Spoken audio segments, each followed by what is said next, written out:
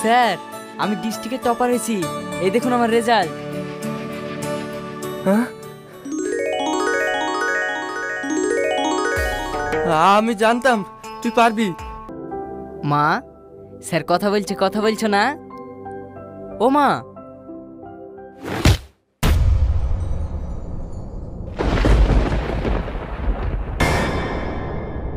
কি হয়েছে? আপনি হাসিকে এভাবে নিয়ে যাচ্ছেন কেন? কোনো সমস্যা? তোর ওপর বিশ্বাস করে আমি আমার মেয়েকে তোর কাছে পাঠিয়েছিলাম, তুই আমার বিশ্বাসের মর্যাদা রাখলি না।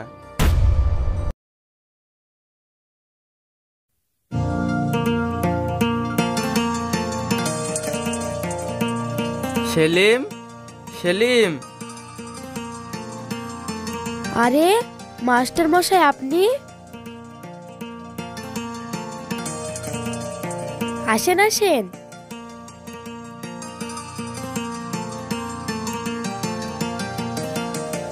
বসেন। সেলিম কোথায়? সেলিম তো কাজে গেছে। বসেন, এক্ষুনি চলে আসবে। কাজে গিয়েছে মানে? ওইটুকু ছেলে ও কি কাজ পারবে? আর ও স্কুল যায় না কেন? সেলিম সেলিম আর স্কুল যাবে না। গরিব মানুষের ছেলে পড়াশোনা করে কি করবে? ও আর স্কুল যাবে না। তাই বললে হয়? ও স্কুলের মধ্যে সব থেকে ভালো স্টুডেন্ট, ও সব থেকে বেশি নাম্বার পায়, ওর পড়াশোনা করার দরকার। আপনি এইভাবে ওর পড়াশোনাটা বন্ধ করে ওর ভবিষ্যৎটা নষ্ট করবেন না। মা,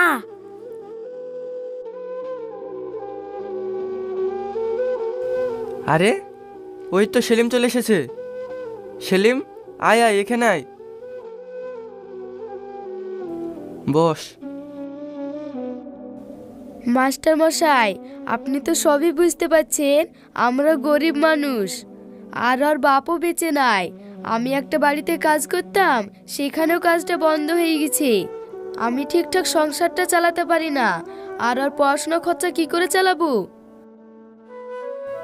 তাই বলে আপনি এইভাবে এর ভবিষ্যৎটা নষ্ট করে দেবেন? কি করব বলেন? গরিব মানুষের ভবিষ্যৎ বলে কিছু থাকে না। খাটলে খেতে পাবো, আর না খাটলে খেতে পাবো না। দেখুন, আপনি এইভাবে সেলিমের স্কুলটা বন্ধ করেন না। আপনি চিন্তা করবেন না, পড়াশোনার যত খরচ লাগবে আমি দেব, আর আপনার জন্য একটা কাজের ব্যবস্থাও করে দেব। এই সময় এরকম মেধাবী ছাত্রের পড়াশোনা বন্ধ হয়ে যাওয়া মানে আমাদের দেশের ভবিষ্যতের ক্ষতি।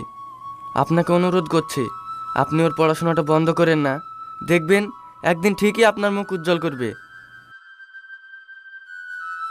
ঠিক আছে, আপনি যখন বলছেন তাই হবে। তাহলে সেলিম, কাল থেকে প্রতিদিন স্কুল যেতে হবে।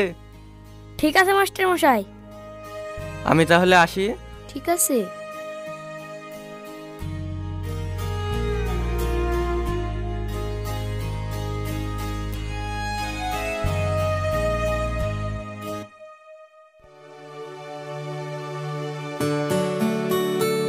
আব্বু, চা।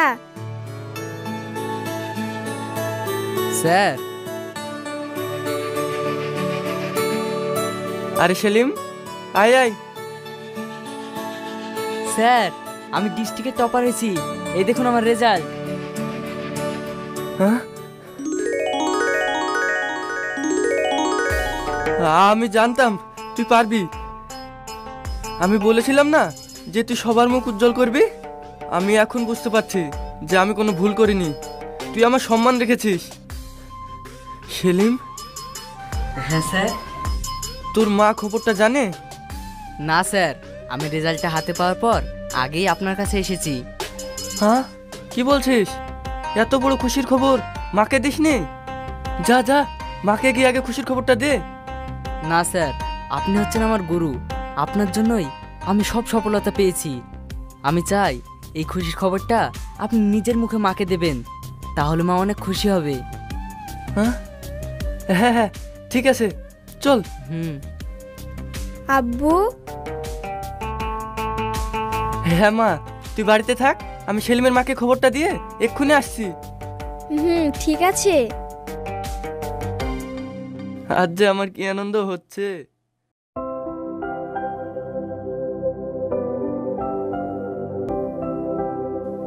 আসেন স্যার আসেন। মা, ও মা। আরে তুমি এইখানে বসি, দেখো কে এসছে। আপনি জানেন, আমি বলেছিলাম না আপনার ছেলে একদিন আপনার মুখ উজ্জ্বল করবে। এই দেখেন, আপনার ছেলে ডিস্ট্রিক্টে টপার হয়েছে। কত আনন্দের খবর বলেন তো। কি হলো, আপনি কথা বলছেন না কেন? মা, স্যার কথা বলছো না? ও মা।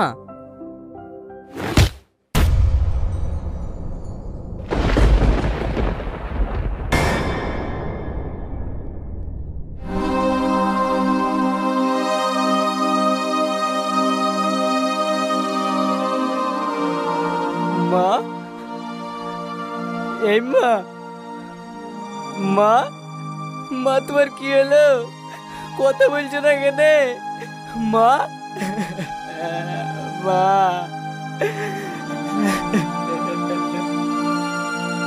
স্যার দেখেন না আমার মায়ের কি হলো, মা কথা বলছে না। মা, সেলিম কান্না করিসনি। মা দেখো, আমি ডিস্ট্রিক্টের মধ্যে টপার হয়েছি। মা চোখ খুলো, এদিকে আমার রেজাল্ট। মা, মা, স্যার তোমাকে নিজের মুখে এসে শোনাবে বলে এসছে। মা, মা,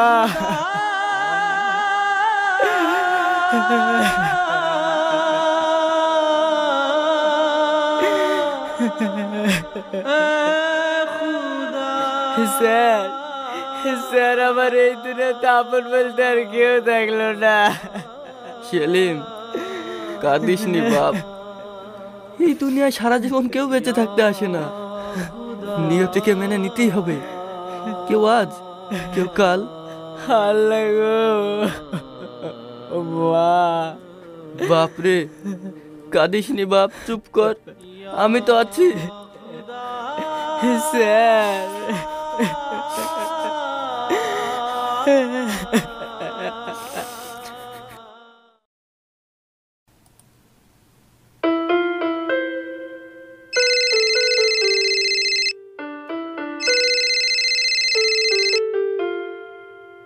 হ্যালো স্যার। হ্যালো সেলিম। হ্যাঁ স্যার বলেন, ভালো আছেন? হ্যাঁ আমি ভালো আছি, তুই ভালো আছিস তো? হ্যাঁ ভালো আছি। স্যার আপনার শরীর ঠিক আছে তো? হ্যাঁ। কোথায় আছিস, বাড়িতে না অফিসে? এই তো বাড়িতে। বলছিলাম আমাদের হাসি কলকাতায় একটা কলেজে চান্স পেয়েছে। আমাদের হাসি চান্স পেয়েছে? হ্যাঁ, ভাবছি হাসি তোর ওখান থেকেই পড়াশোনা করবে, তোর কোনো অসুবিধা হবে না তো? না না স্যার, এটা তো আমার সৌভাগ্য। আর হাসি তো আমার বোনের মতো, এখানে ও নিজের বাড়ির মতো থাকবে, কোনো সমস্যা হবে না। ঠিক আছে, আমি হাসিকে পাঠিয়ে দেব। হ্যাঁ স্যার অবশ্যই। আর শোন, হাসির পড়াশোনার খরচ আমি মাসে মাসে পাঠিয়ে দেব। আরে স্যার, আপনি এটা কি বলছেন? টাকা পাঠাতে হবে না, আমি আছি তো। সেলিম। হ্যাঁ স্যার, আমি বুঝতে পেরেছি। আমি আপনাকে গুরুদক্ষিণা হিসেবে কিছু দিলে আপনি সেটা নেবেন না। ঠিক আছে, আপনি যেটা ভালো বোঝেন সেটাই করেন। ঠিক আছে।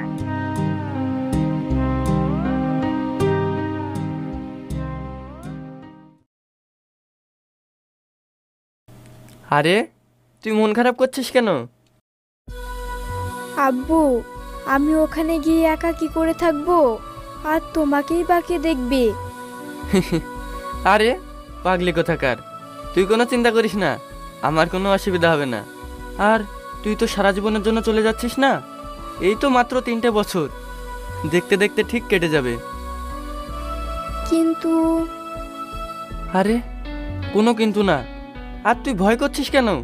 সেলিম তো আছে, তোর কোনো অসুবিধা হবে না। ঠিক আছে আব্বু। আর শোন মা, সেলিম খুব ভালো আর একটা বিশ্বস্ত ছেলে, ওখানে গিয়ে তুই ভালো হয়ে থাকবি, এমন কোনো কাজ করবি না ওর কাছে যেন আমাকে ছোট না হতে হয়। ঠিক আছে আব্বু, তুমি আমার উপর ভরসা রেখো। আমি কোনোদিন কারো কাছে তোমাকে ছোট হতে দেব না। হুম।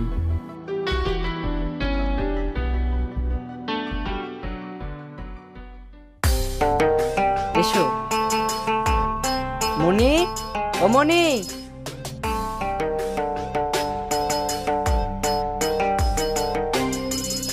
কে এটা? এটা আমার মাস্টার মশাই মেয়ে। ও এখানে একটা কলেজ চান্স পেয়েছে। আজ থেকেও আমাদের এখান থেকে পড়াশোনা করবে। কি আমাদের এখানে থাকবে মানে? তুমি এসব কি বলছো? হ্যাঁ, আমি ঠিকই বলছি। ও আমাদের এখান থেকে পড়াশোনা করবে। যাও, ওকে ওর রুমটা দেখে দাও। আর শোনো, ওর যেন কোনো অসুবিধা না হয়। কোথেকার কাকে ধরে এসেছে আর আমাকে যত্ন করতে হবে। দাঁড়া, অফিস যাক, তারপর দেখছি। কি হলো, দাঁড়িয়ে আছো যে? যাচ্ছি, এসো।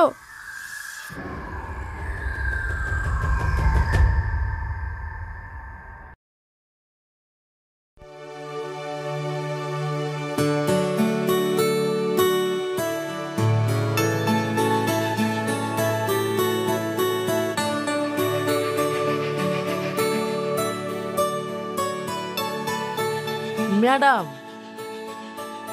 কি হলো? ঘরে রান্না বাজার তো ফুরিয়ে গেছে। দুপুরবেলায় কি রান্না হবে? ঠিক আছে, আমি টাকা দিচ্ছি, তুমি বাজারে গিয়ে বাজারটা করে নিয়ে এসো। ঠিক আছে। আরে তুই শোন,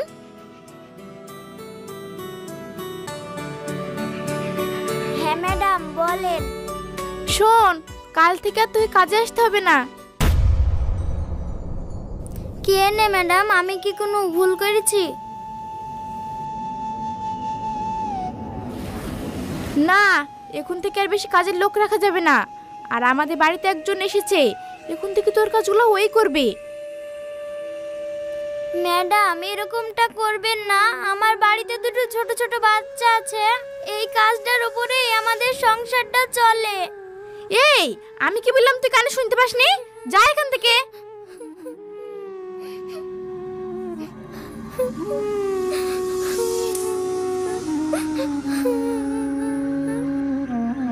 এই, তুমি এখানে দাঁড়িয়ে দাঁড়িয়ে কি দেখছো? এদিকে এসো। এই নাও টাকা, বাজার করে নিয়ে এসো। ঠিক আছে ম্যাডাম।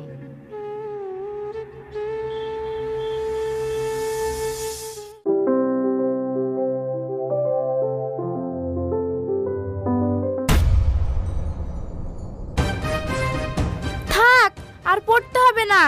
যাও, সকালকার বাসনগুলো মেজে রেডি করো, দুপুরে আবার রান্না করতে হবে। কি বললে ভাবি? আমি রান্না করব, বাসন মাজবো? হ্যাঁ, তুমি কানে কালা নাকি? তুমি শুনতে পাওনি? না মানে? কি মানে মানে করছো? অত পড়াশোনা করে কি হবে? শেষ বেশ শ্বশুর বাড়িকে খুনতেই ধরতে হবে। আগে থেকে সব শিখে রাখো। ভাবি এটা কি বলছে? আমি তো এখানে পড়াশোনা করার জন্য এসেছি, আর আমাকে দিয়ে রান্না করে নিবে? কি হলো, এখনো বসে আছো যে? যাও। হুম। আর শোনো, এই কথাটা যেন আমার স্বামী না জানে। আর যদি জানে তাহলে কিন্তু খুব খারাপ হবে।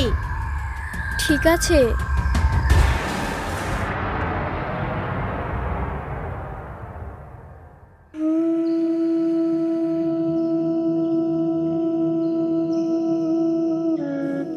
হাসিমা, হ্যাঁ চাচা বলেন।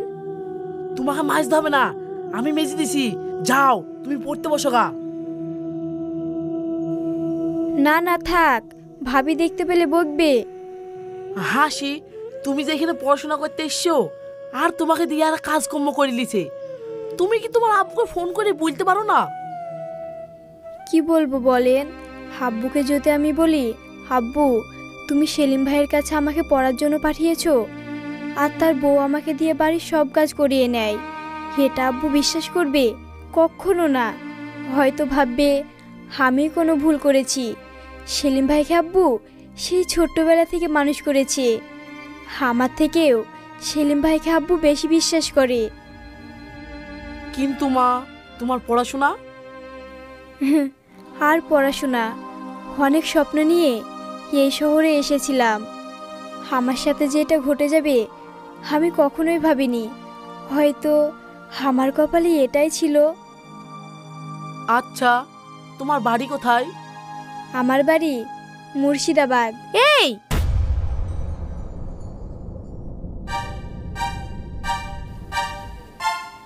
কি ব্যাপার? তুমি এখানে কি করছো? কিছু না ম্যাডাম, আমি দেখতে আসলাম ও ঠিকঠাক কাজ করছে কিনা। ঠিক আছে, যাও, আমার ঘরটা নোংরা হয়েছে, গিয়ে পরিষ্কার করে দাও। ঠিক আছে।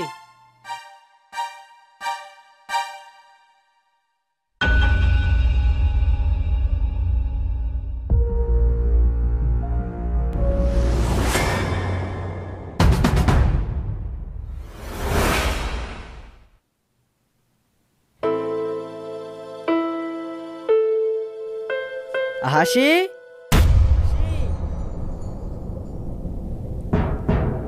এই শোন, তোর ভাই ডাকছে, যা, আর আমি যেভাবে বলেছি সেইভাবে উত্তর দিবি। ঠিক আছে।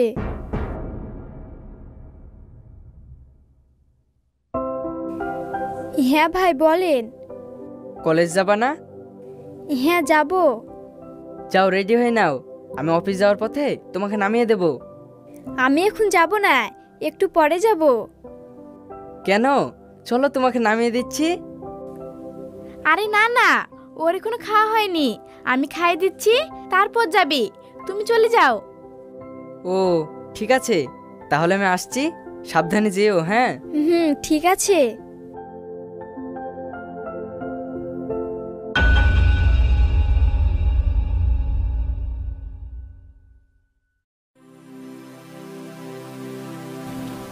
হাসি, হাসি, হাসি। আরে স্যার, আপনি আপনি আসবেন আমাকে আগে জানাননি, তাহলে আমি আপনাকে নিয়ে আসতাম। আব্বু, চল। স্যার, কি হয়েছে? আপনি হাসিকে এভাবে নিয়ে যাচ্ছেন কেন? কোনো সমস্যা?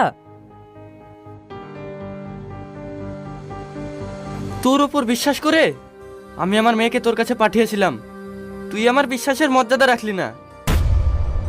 সেলিম, তুই কি সব ভুলে গেলি? আসলে বাংলা একটা প্রবাদ আছে, পর কখনো আপন হয় না, সেটা আজ নিজের চোখে দেখলাম। স্যার, আপনি সব কি বলছেন? আমি তো কিছুই বুঝতে পারছি না। তোর কাছে আমার মেয়েকে পাঠিয়েছিলাম পড়াশোনা করার জন্য, তোর বাড়ির কাজ করার জন্য না।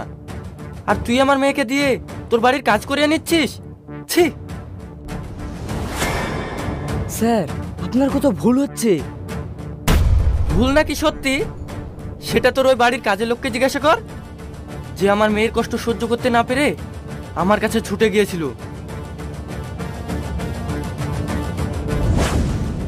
মাস্টার মশাই, আপনি যত তাড়াতাড়ি সম্ভব আপনার মেয়েকে নিয়ে আসুন, না হলে ওর পড়াশোনা তো হবেই না, শেষ পর্যন্ত ওর জীবনটাই নষ্ট হয়ে যাবে।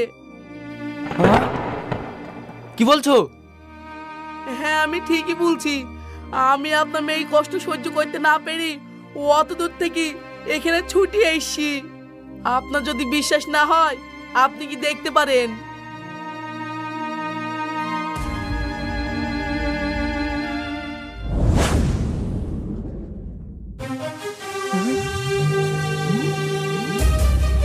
হ্যাঁ, উনি ঠিকই বলেছেন। হাসিমা আসার পর যে কাজে মেয়েটা ছিল ওকে বাদ দিই, হাসিমাকে দিয়ে সব কাজ করিলেই। মনি, না মানে,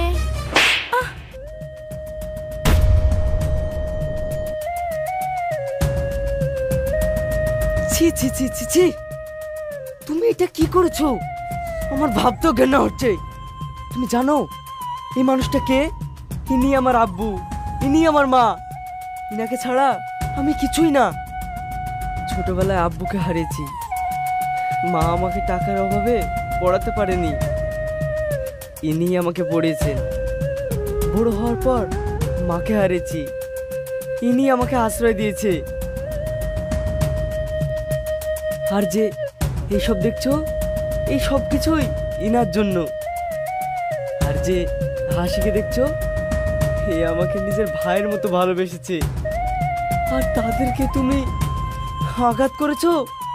ছি, বেরিয়ে যাও, বেরিয়ে যাও এই বাড়ি থেকে। স্যার, আপনি আমাকে ক্ষমা করে দিন। আমি জানতাম না, আর ভুল আমারই। আমি হাসিকে ঠিক মতন আগলে রাখতে পারিনি। থাক, অনেক হয়েছে তোদের নাটক, আর না, চল মা। স্যার, আপনি আমাকে ক্ষমা করে দেন। স্যার, আপনি আমাকে ক্ষমা করে দেন। হাসিকে এখান থেকে নিয়ে যাবেন না, আমি ওকে নিজের বোনের মতো দেখব। আমি অনেক বড় ভুল করেছি, আমার ভুলের প্রায়শ্চিত্ত করার একটা সুযোগ দিন। আপনি আমাকে মেয়ে ভেবে ক্ষমা করে দিন। হাসি, আমি তোমার পা ধরছি, তুমি আমাকে ক্ষমা করে দাও। তোমার আব্বুকে বলো আমাকে আর একটা সুযোগ দিতে। আব্বু,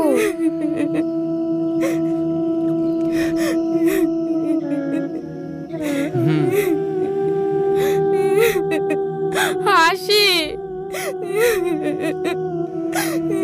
স্যার, আপনি আবারও প্রমাণ করে দিলেন, ভালোবাসতে গেলে রক্তের সম্পর্কের প্রয়োজন হয় না।